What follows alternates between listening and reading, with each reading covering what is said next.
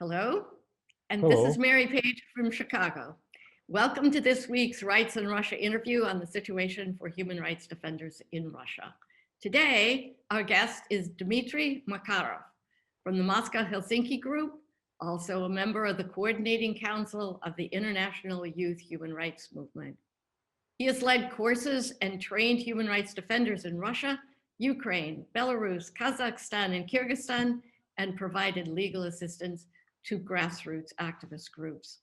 Thank you for joining us, Dmitry, and Hello. sharing your views to help us better understand the environment for working on human rights issues in Russia. I have some questions that I'd like to pose to frame our interview, which we hope to complete in about 30 minutes. So if you're ready, let's get started with my first question. Okay, let's do it. Okay, here we go. To what degree are human rights organizations, such as the Moscow Helsinki Group, still able to function and be effective? Well, when we talk about human rights in Russia, of course, I mean, the first associations that come to mind are crackdowns, politically motivated arrests, situation with torture, with prisoners, and so on. But I would like to focus on the other side of it. Despite all those negative trends, there is still a vibrant civil society, which I think counterintuitively is going to be more and more influential. It is already becoming more and more influential in the state of things in Russia and outside of Russia. So in that sense, human rights organizations do have an impact. They continue to influence things, and I think there'll be more to come. Moscow Helsinki Group, of course, enjoys some sort of a special status due to its historical legacy in a way. But there are many other renowned groups, the ones that burgeoned just recently and that have an impact very much so, like Over the Info, Apologia Protesta, if we're talking about reaction to mass protests, but also about some systemic issues like torture, like deaths in custody, or like prisoners' rights, and so on. And there are a number of various new initiatives that keep on appearing as well.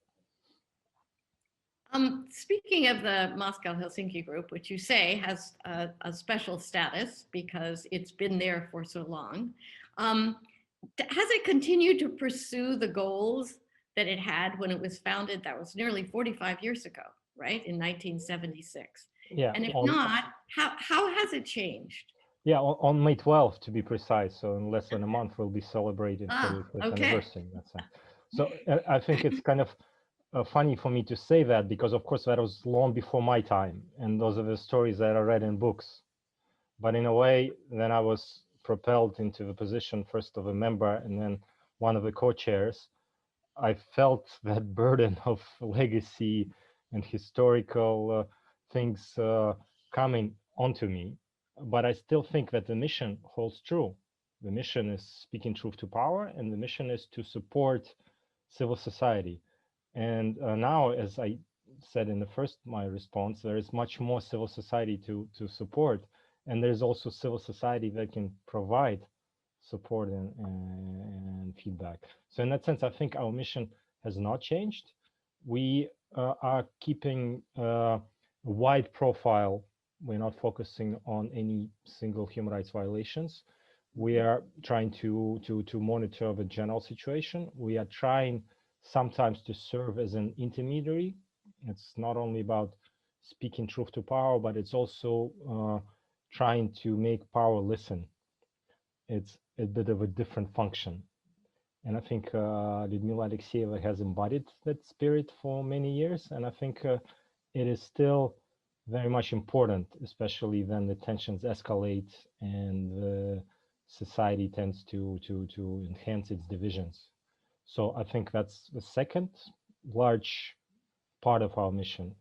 And then the third one, which I already mentioned, is support to various groups outside of Moscow and also outside of Russia, because we think that civil society and Moscow Helsinki Group as a part of it is a part of a larger grouping of international civil society. And in a sense, it's very important for us to keep that spirit of international solidarity and to continue those links, especially with the post-Soviet, so-called post-Soviet space, but also beyond that too. So that would be the third large part of the mission. And then the fourth that I might mention, which may be something new, relatively new, although I think somehow it was present definitely since the 90s. It's raising awareness about human rights, talking about how important it is, perhaps nowadays in a different language and in different media, through social media, through videos, through comic books, through animation. This is the new language and the new media that we use, but the message is still the same. And it is important that it concerns everyone and that any civilized community, civilized state, holds human rights to be important. If you had to guess, how many groups is the Moscow Helsinki Group in touch with via these different means? It would be hard to estimate because, I mean, of course, there is those are the ones who are in the spotlight because they are Moscow based or because they are so professional and single issue focused and so on. But there are also different grassroots initiatives. For example, just a while ago, a group of МХГ members responded to the another appeal of initiative group of how to say it, truck drivers, you know, the ones that were protesting a while ago. I mean, they still have issues that concern them around their kind of interests. So they came to an assistance. We have a free labor union of journalists just now asking for help on a number of cases. We have different groups that are working on prisoners' rights. Sometimes it's former prisoners also who look for assistance. So it would be very hard to estimate actually. So, I mean, and I don't want to say a number because that number would probably prioritize the groups with whom we have long-term established relations and so on. But I would say several dozens definitely. So that leads me to my next question, which is about community support. How much community support do human rights organizations have across Russia? What's your perspective on that? You know, a while ago, I found myself caught in myself noticing myself and my colleagues caught in, you know, besieged fortress mentality.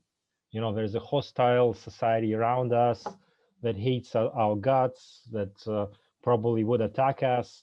Perhaps the state is actually more liberal. And now I realize more and more how wrong I was in that perspective. And it's a good thing that I didn't allow it to catch onto me and somehow switched. And I find it a lot more resourceful to focus on, you know, my parents of my son's classmates that say, we don't really understand what you're doing, but we know it's important things for our country and keep up. So, and those are small signals like I said, kept on popping up once I switched, you know, the mentality. So I think there's enormous amount of support. It's just we're not yet able to capitalize it. And the society is learning to frame it in that way. But there's enormous demand for justice. There's enormous demand to be heard. And we can see it, of course, through the lenses of street protests that are sometimes, you know, over mediatized. But it's also in kind of everyday things. I think there's a growing understanding that the relations with the state have to change somehow. And this is where human rights organizations, human rights defenders can play a role. And if we manage to send our message more clearly, not to be just experts who publish reports, but the support will come. And it is already coming in many aspects. I mean, volunteer engagement is on the rise, crowdfunding as well. Of course, I mean, I don't want to paint an overly optimistic picture, because all these trends come also as a response to an enormous retaliation. And we are fighting not only the state repressive apparatus, but also the apathy and the disillusionment that it tries to instill into us and into the society as a whole. And so in that vein, what are some of the risks that human rights defenders face in doing their work? Well, I mean, I would say that examples of more and more colleagues getting real prison sentence is a vivid reminder of risks, as well as a list of colleagues who were killed for human rights work, being lawyers working on Northern Caucasus or journalists reporting on different abuses and so on. So those are kind of constant reminders of the risks. And there's also all sorts of what is called, the term that I don't really like, the shrinking civic space, you know, all the legislation that actually makes organizing and makes engaging people and makes, you know, gathering together more and more difficult. So I mean, I'm right now involved in consulting and supporting a number of various regional-based groups that work to organize around the consequences of protests. And of course, I mean, it's a pity to see a large number of very good-hearted young people getting kind of prison sentences, even if they measure in weeks or in days. It's still prison sentence. So those are all kind of reminders of the risks. But despite of that, I mean, people keep on committing themselves to that type of work. So I would say that aside from repression, the biggest risk is not believing that the change is possible. So. Hey, very nice.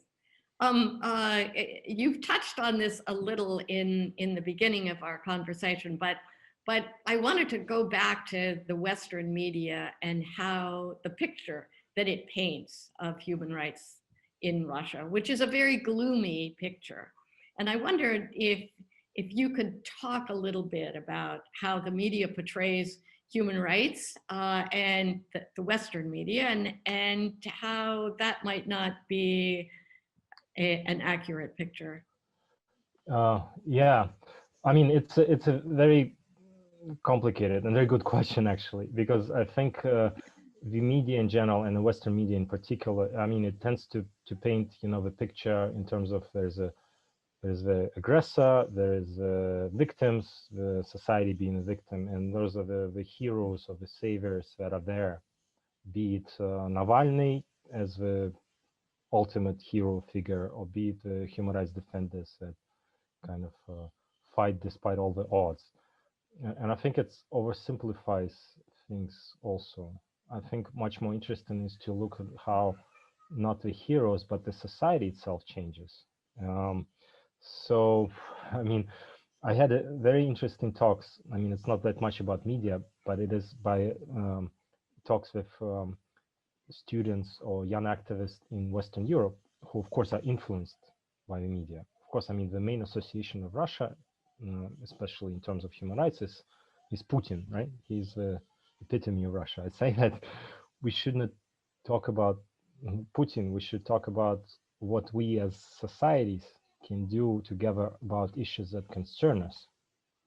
So in that sense, I would like the media to portray not only, you know,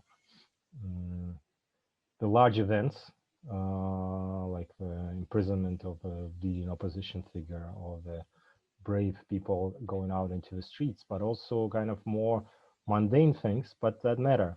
I mean, the enormous number of activists that work to have laws on domestic violence changed, or brave lawyers that try to tackle all the courts with less than 1% actually acquittal rate, right? Or the ones that volunteer groups that mobilize to support protesters. I mean, those are the stories that are going on and that are not necessarily centered on heroes or on saviors. This is a society finding its voice, finding its dignity in many ways. So, but I mean, of course, media by its nature probably would not be able to encompass all of that. But in person-to-person dialogue, I think we can transmit that, and I would wish that more and more those kind of civil society voices would be heard, not just the politician, the think tankers, the the public intellectuals, and so on. Great.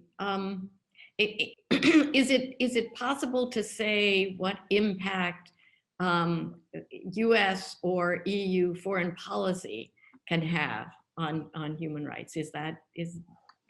Yeah, I mean, it could be subject of a long discussion, of course, because in many ways, of course, I don't know how to answer that shortly, because of course many people still look up to the EU and to the US as the countries that should voice their concern and go beyond that in convincing the Russian government to change its approach to human rights. But I think more and more people are not looking into that and not believing that the change can come from that type of pressure. And I think that's one of the departure points from the dissident era, which in the logic of the Cold War did look onto the West as a source of influence, as a source of impact. We live in a much more complicated world where this value of human rights in many ways was devalued also by many actions of the US and the EU governments.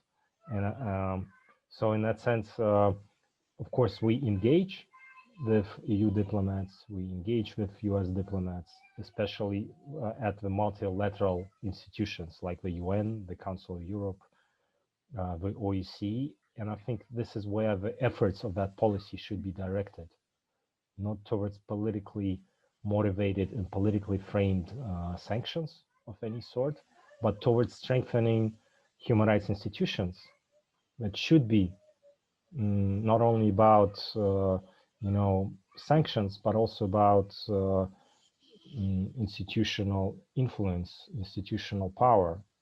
I mean, if we compare the amount of money that EU and puts into Council of Europe, it's minuscule compared to what it puts into trade, or what it puts into, I don't know, even translation. And with the US, it's the same. The US also prefers bilateral leverage rather than investing in courts, international courts, into universal jurisdiction, into various ways to truly sanction human rights violators, not just put their names on a list and freeze their assets. And thinking ahead now, what do you think the future holds for human rights in Russia? Well, I mean, of course, there are two ways to go. Like in the fairy tales, there are three ways. The warrior, brave warrior, comes to crossroads. So in that sense, we are actually feeling that we are, if we're not yet at the crossroads, we are very close to it. So I believe, and that's an optimist in me speaking, that Russia is already part of the European family, and it's of course part of a civilization that created human rights as an intellectual product. So I think the current events is just a diversion, and we will once more kind of join that magistral path. But of course, that path might not be straight, and the crossroads, it might not be the only crossroads. So I think we are in for a long battle. It will not end during this upcoming election. It will not end in the next term of President Putin. It's a long way struggle. In that sense, I mean, the history, the 45-year history of the Moscow Helsinki Group does give that other perspective. I think that regimes come and go, but the importance of organizations and people talking and working for human rights will stay. So I think we'll have the work, all of us will have the work out for us, but at the end, we are bound to succeed. So before we end, I'd just like to ask you a personal question, and that is, what led you to do this kind of work in the first place? Well, I mean, to make a long story short, I think at some point I wanted to be in a field that allows for societal change in a way, and allows to be kind of free in a way. So I started as an activist. I was actually environmental activist and anti-fascist activist. And I also worked as a lawyer in a public reception office. And I thought that human rights gives me a language in which I can talk to different people and different groups, and gives me an instrument of impact.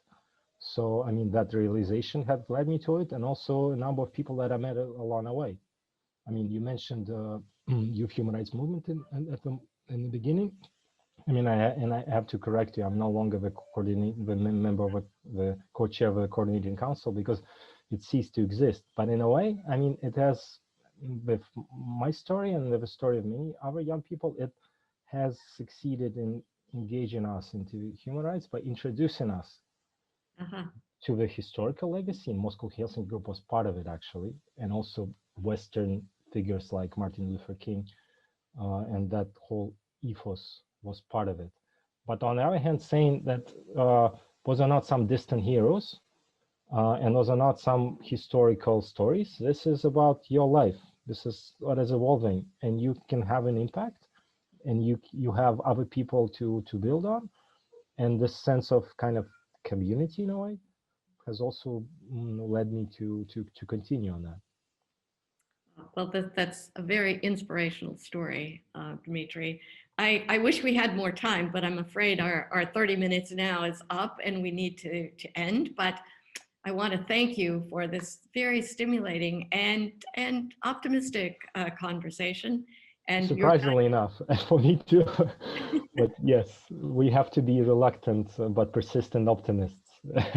Yes, I agree.